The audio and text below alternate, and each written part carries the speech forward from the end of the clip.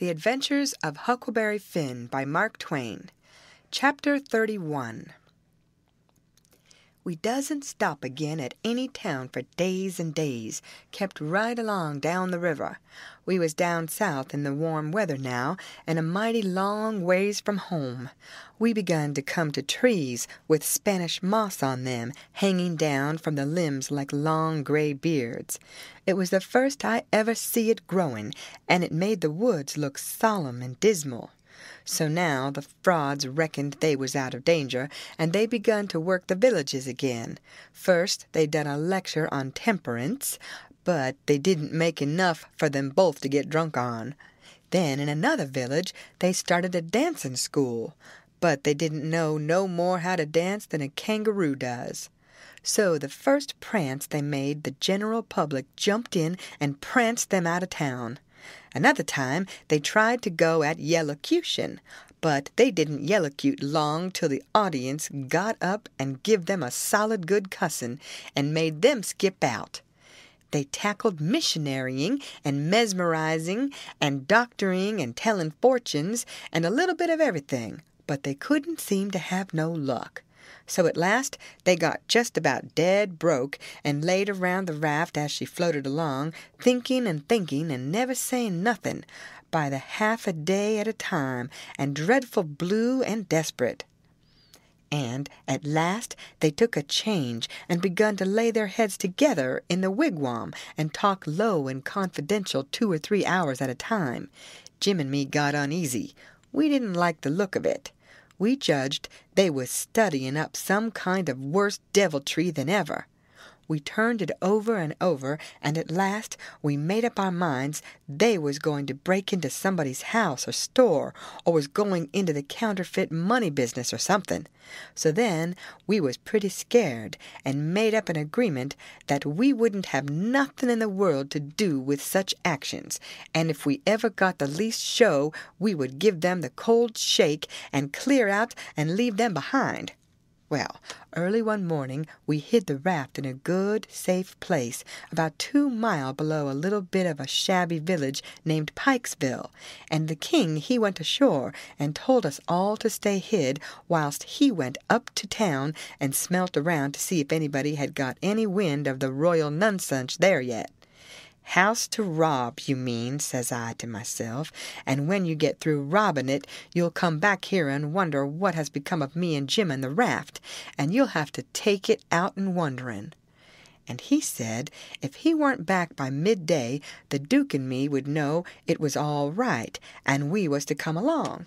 So we stayed where we was. The Duke, he fretted and sweated around, and was in a mighty sour way. He scolded us for everything, and we couldn't seem to do nothing right. He found fault with every little thing. Something was a brewin', sure. I was good and glad when midday come and no king. We could have a change anyway, and maybe a chance for the chance on top of it. So me and the Duke went up to the village and hunted around there for the king, and by we found him in the back room of a little low dodgery, very tight, and a lot of loafers bully-ragging him for sport, and he a cussing and a threatening with all his might, and so tight he couldn't walk and couldn't do nothing to them. The Duke, he begun to abuse him for an old fool, and the king begun to sass back, and the minute they was fairly at it, I lit out and shook the reefs out of my hind legs and spun down the river road like a deer, for I see our chance, and I made up my mind that it would be a long day before they ever see me and Jim again. I got down there all out of breath, but loaded up with joy and sung out, "Set her loose, Jim, we're all right now." But there weren't no answer, and nobody come out of the wigwam. Jim was gone.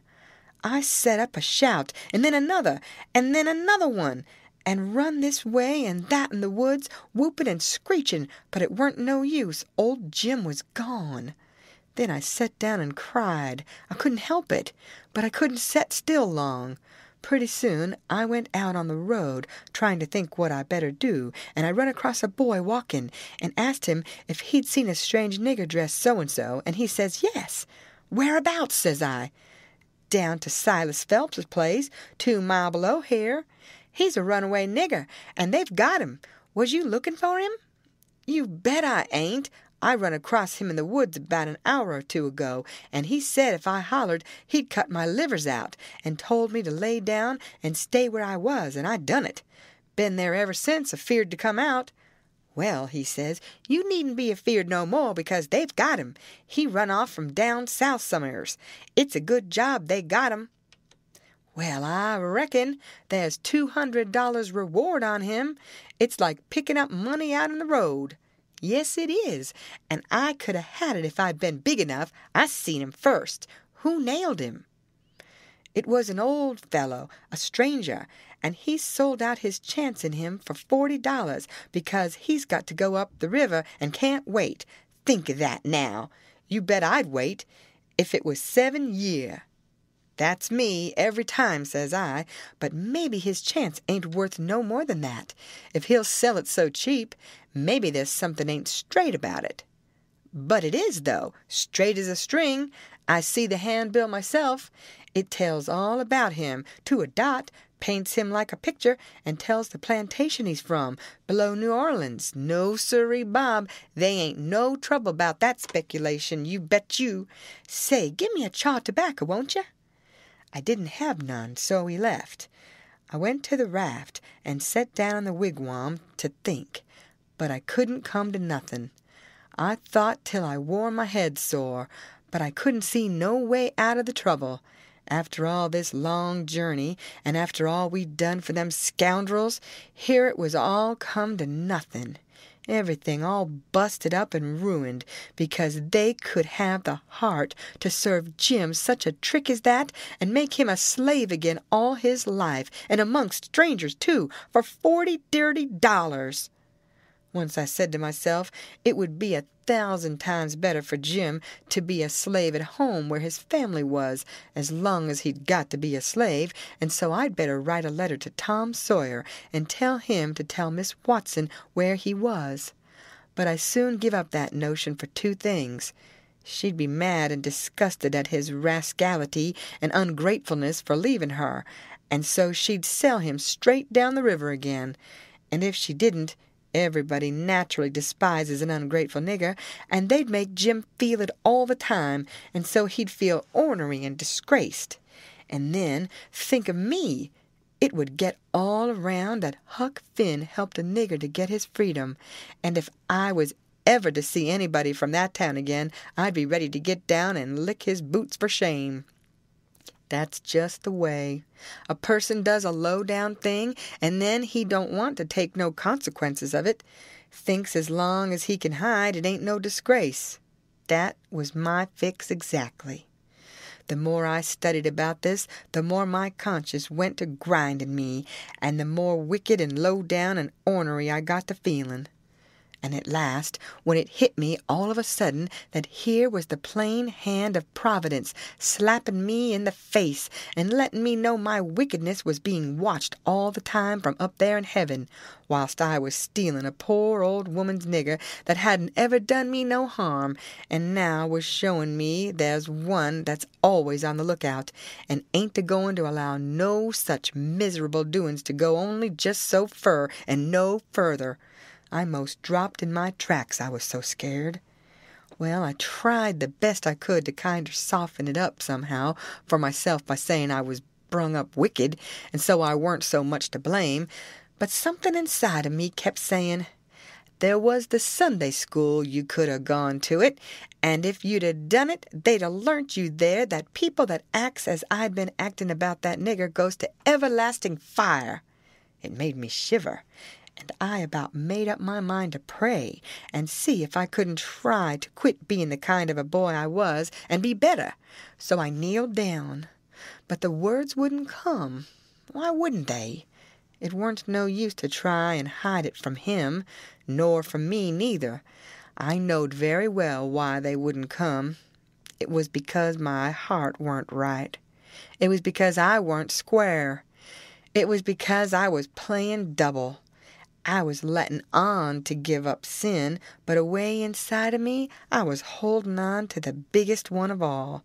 I was trying to make my mouth say I would do the right thing and the clean thing and go and write to that nigger's owner and tell where he was. But deep down in me I knowed it was a lie, and he knowed it. You can't pray a lie. I found that out. So I was full of trouble, full as I could be, and didn't know what to do.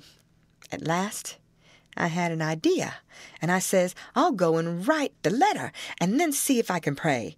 Why, it was astonishing, the way I felt as light as a feather right straight off, and my troubles all gone. So I got a piece of paper and a pencil, all glad and excited, and set down and wrote, Miss Watson, your runaway nigger Jim is down here 2 miles below Pikesville, and Mr. Phelps has got him, and he will give him up for the reward if you send. Huck Finn. I felt good, and all washed clean as sin, for the first time I had ever felt so in my life, and I knowed I could pray now. But I didn't do it straight off, but laid the paper down and set there thinking how good it was all this happened so, and how near I come to being lost and going to hell. And went on thinking, and got to thinking over our trip down the river, and I see Jim before me all the time, in the day and in the night time, sometimes moonlight, sometimes storms, and we a-floating along, talking and singing and laughing. But somehow I couldn't seem to strike no places to harden me against him, but only the other kind. I'd see him standing my watch on top of his'n, 'stead of calling me, so I could go on sleeping, and see him how glad he was when I come back out of the fog, and when I come to him again in the swamp, up there where the feud was, and such like times, and would always call me honey, and pet me, and do everything he could think of for me, and how good he always was. And at last I struck the time I saved him by telling the men we had smallpox aboard, and he was so grateful and said I was the best friend old Jim ever had in the world, and the only one he's got now. And then I happened to look around and see that paper. It was a close place. I took it up and held it in my hand. I was a-trembling because I'd got to decide forever betwixt 2 things, and I knowed it. I studied a minute, sort of holding my breath, and then says to myself, all right then, I'll go to hell, and tore it up. It was awful thoughts and awful words, but they was said, and I let them stay said, and never thought no more about reforming. I shoved the whole thing out of my head, and said I would take up wickedness again, which was in my line, being brung up to it, and the other warn't. And for a starter, I would go to work and steal Jim out of slavery again. And if I could think up anything worse, I would do that too, because as long as I was in, and in for good, I might as well go the whole hog. Then I set to thinking over how to get at it, and turned over some considerable many ways in my mind, and at last fixed up a plan that suited me. So then I took the bearings of a woody island that was down the river a piece, and as soon as it was fairly dark, I crept out with my raft and went for it, and hid it there, and then turned in. I slept the night through, and got up before it was light, and had my breakfast, and put on my store clothes, and tied up some others, and one thing or another in a bundle, and took the canoe and cleared for shore. I landed below where I judged was Phelps's place, and hid my bundle in the woods, and then filled up the canoe with water, and loaded rocks into her, and sunk her where I could find her again when I wanted her, about 1/4 of a mile below a little stream sawmill that was on the bank. Then I struck up the road, and when I passed the mill, I see a sign on it, Phelps's Sawmill. And when I come to the farmhouses, 200 or 300 yards further along, I kept my eyes peeled, but didn't see nobody around, though it was good daylight now. But I didn't mind, because I didn't want to see nobody just yet. I only wanted to get the lay of the land. According to my plan, I was going to turn up there from the village, not from below. So I just took a look and shoved along, straight for town. Well, the very first man I see when I got there was the Duke.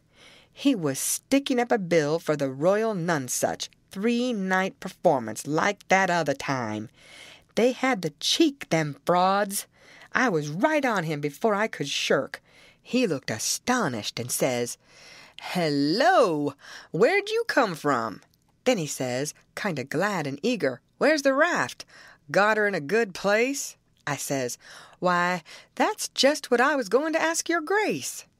Then he didn't look so joyful and says, "What was your idea for asking me?" he says. "Well," I says, "when I see the king in that doggery yesterday, I says to myself, we can't get him home for hours till he's soberer. So I went a-loafing around town to put in the time and wait. A man up had offered me 10 cents to help him pull a skiff over the river and back to fetch a sheep, and so I went along. But when we was dragging him to the boat, and the man left me a holt of the rope and went behind him to shove him along, he was too strong for me and jerked loose and run, and we after him. We didn't have no dog, and so we had to chase him all over the country till we tired him out. We never got him till dark. Then we fetched him over, and I started down for the raft. When I got there and see it was gone, I says to myself, they've got into trouble and had to leave, and they've took my nigger, which is the only nigger I've got in the world, and now I'm in a strange country, and ain't got no property no more, nor nothing, and no way to make my living. So I set down and cried.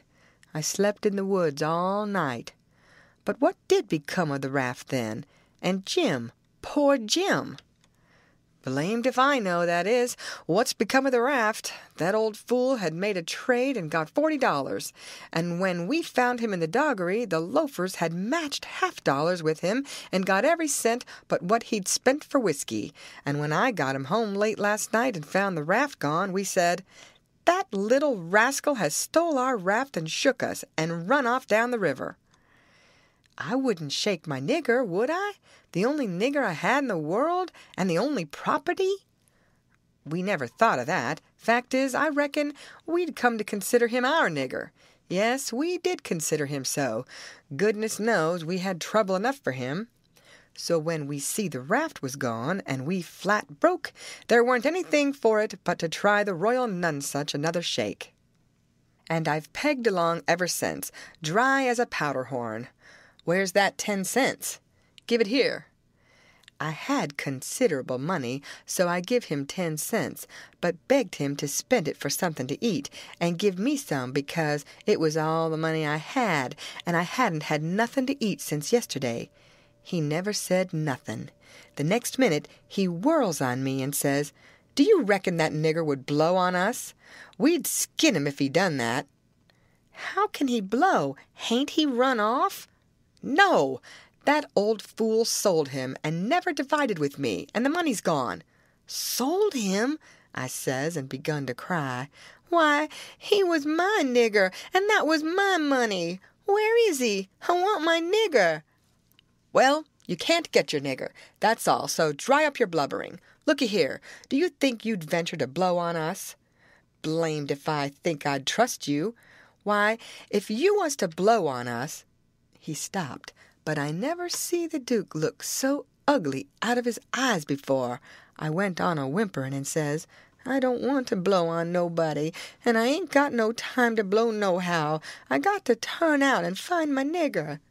He looked kind of bothered, and stood there with his bills fluttering on his arm, thinking and wrinkling up his forehead. At last he says, "I'll tell you something. We got to be here 3 days. If you'll promise you won't blow, and won't let the nigger blow, I'll tell you where to find him." So I promised, and he says, "A farmer by the name of Silas and then he stopped. You see, he started to tell me the truth, but when he stopped that way and begun to study and think again, I reckoned he was changing his mind, and so he was. He wouldn't trust me. He wanted to make sure of having me out of the way the whole 3 days. So pretty soon he says, The man that bought him is named Abram Foster, Abram G. Foster, and he lives 40 miles back here in the country on the road to Lafayette. All right, I says, I can walk it in 3 days, and I'll start this very afternoon. No, you won't. You'll start now, and don't you lose any time about it neither, nor do any gabbling by the way. Just keep a tight tongue in your head and move right along, and then you won't get into trouble with us, d'you hear? That was the order I wanted, and that was the one I played for. I wanted to be left free to work my plans. So clear out, he says, and you can tell Mr. Foster whatever you want to. Maybe you can get him to believe that Jim is your nigger. Some idiots don't require documents. Leastways, I've heard there's such down south here. And when you tell him the handbill and the reward's bogus, maybe he'll believe you when you explain to him what the idea was for getting him out. Go along now, and tell him anything you want to, but mind you don't work your jaw any between here and there. So I left, and struck for the back country.